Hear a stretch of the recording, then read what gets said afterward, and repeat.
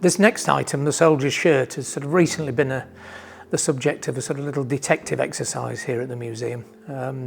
It's a typical soldier's Victorian greyback shirt. It sort of came in middle of the 19th century, no collar, worn until probably the mid-1930s when khaki replaced the grey. So this is really quite a rare thing, made in the thousands, but to have one that survives from this particular date. And it was listed as soldier's greyback shirt, possibly Victorian.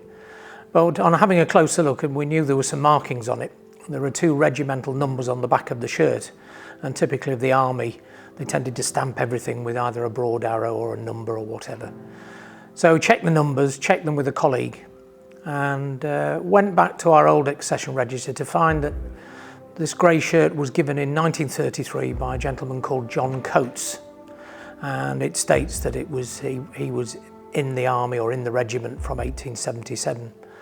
And then on checking through our records and through the wonders of documents in the National Archives via Find My Past, the 2 numbers on the shirt matched the 2 numbers that this chap was awarded. And he joined the regiment in 1877. He'd been born in 1856, originally came from North Yorkshire near Ripon, and served in the regiment from 1877, first for 7 years, then extended to 12, and then completed finally almost 26 years service in 1903. Served in India, served in Burma, and served in the UK, Great Britain and Ireland.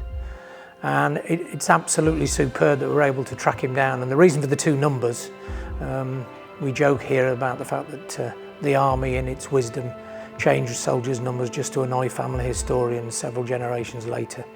But the first number he had from 1877 to about 1885, and then the second number for the rest of his military career.